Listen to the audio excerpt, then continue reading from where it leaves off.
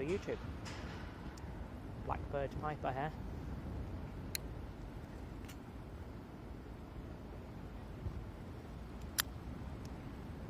This is a VR to Toking Tommy's 1,500 subs giveaway, where he asks you to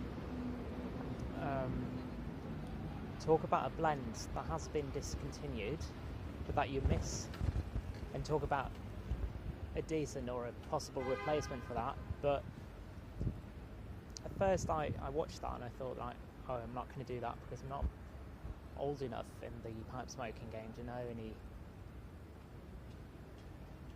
any blends that have been discontinued. I've never kind of grown to love any blends that then have been discontinued yet, anyway. But then he kind of added to his giveaway that if you're in that situation that I'm actually found myself to be in, you can talk about a blend that you think has not gotten the attention that it needs, not the attention that it deserves. And that's what I'm going to do. Just first going to do a little housekeeping. Smoking my Lillehammer Norwegian billiard with an extra slightly longer stem than usual billiards have. And in it I have some GLP Odyssey.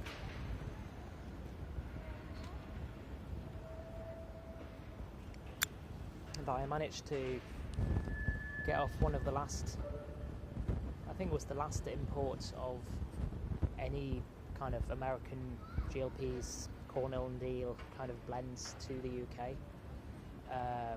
There was I think it's a Gauntleys of Nottingham, imported them for a while, and I bought this, and when I bought it, the guy in the shop said that they would not take them in anymore because there's been a jump in import duties on American tobaccos, so they just can't do it anymore. They can't make any money on it anymore. It's good. Anyway, that's not the tobacco I'm gonna... Sorry for that, I need to relight my pipe constantly. That's not the tobacco I'm going to talk about. I am going to mention for you a blend, or a flake, an English flake, that I think I just discovered it relatively recently, but I think it's absolutely delicious, and I've not heard many people talk about it.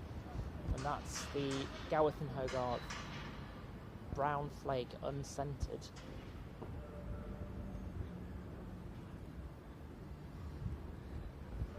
It's Virginia, and if I'm not completely wrong, it's about 8% burley, and there's 4% of dark fired Kentucky in there as well. And although it's called unscented, it has a hint of kind of a Lakeland topping to it, and maybe that's just contamination. I'm going to mention this before actually on my channel. But that's a tobacco that I actually want more people to try, and it's not got the attention that it deserves. Really, not got the attention that it deserves. It's so nice and sweet and nutty, and with kind of a cocoa flavour to it, which I guess comes from some of the burley. And it's especially if you smell into the jar where I'm keeping it, you get that cocoa flavour. Obviously, if I first put my nose into a jar of Capstan Original Navy Cut that has that kind of toasty, bready Virginia flavour smell to it, at least the one I have, because it's been in there for a while. I've just got some few bits left, and it's been in there for a while, so it's got that developed that really like sweet, toasty smell. If I smell that first and then smell the brown flake unscented, I mainly get the Lakeland floral notes, so that's the biggest contrast between the two of them. But if I smell, for instance, the GAW and Hogarth dark flake, which has much more of a Lakelandy taste to it, or yeah, even the unscented dark flake has a lot of Lakeland to it. But if I smell that first and then smell the brown flake unscented, I get much more of the cocoa flavour straight away. So I think you should try that. It's worth getting it in bulk. Really good. So that is my oh yeah, and a bonus tobacco that I want to mention is along the same lines. It's also a flake from GAW and Hogarth, and that's the Bob's Chocolate Flake, and it's just delicious. It's kind of similar components to it, similar ingredients, similar tobaccos, but with a chocolate topping, and it has that hint of Lakeland essence to it that some people say it's just contamination from the machinery. I'm not sure. I think they maybe added purposefully. I'm not sure, but it's just wonderful. And smoke's cool. Comes very wet, obviously, being Kendall tobacco, but it's wonderful. So yeah, the tobacco I want to share with you all that hasn't gotten the good reputation I think it needs is the brown flake unscented from GAW and Hogarth, or GAW Hogarth and Company, and I also want to mention the Bob's Chocolate Flake. So that is my VR to Toking Tommy. Quickly before I check out, I just want to show you the spot I'm sitting in. It is I guess it's called the main square in Manchester. It's in front of the town hall. I'll show you that.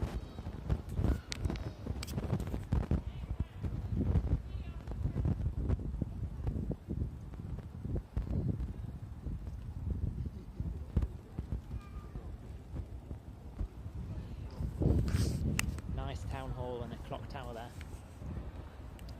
Right, that's it for me. Take care. Hi again. I'm just stitching this to the end of the video I just made.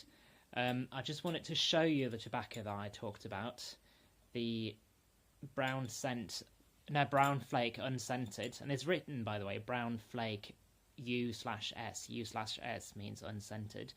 I've got kind of a sample size left of this, which I'm just about to ship off actually in a tobacco trade with the headless gnome Joe, tobacco sample trade. But I'm certainly going to get more of this if I can get this to focus. Anyway, you can see it. It's kind of medium brown with darker and lighter spots. Really lovely. Smells of very, very nice kind of hay-like Virginias, and with some nut and some cocoa as well.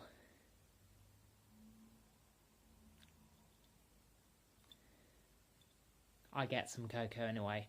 Now I'm suddenly wondering a bit if it's just the jar that smells of cocoa, but no, I think but I do get it in the smoke as well. It's not like a cocoa flavour. It's definitely not been added. It's just kind of a quality of the burley, I think. Anyway, I also want to congratulate Toking Tommy on his 1,500 subs. It's absolutely deserved. You create very good content, very entertaining to watch. You talk about tobacco. You do very thorough reviews that I really like. And yeah, Toking Tommy, that's one of the channels I watched while I was very new pipe smoker, trying to get into it, trying to figure out what blends to try, etc. And it remains one of the channels that I watch every video from. So congratulations, and I'm looking forward to follow your channel in the future. Take care, everyone.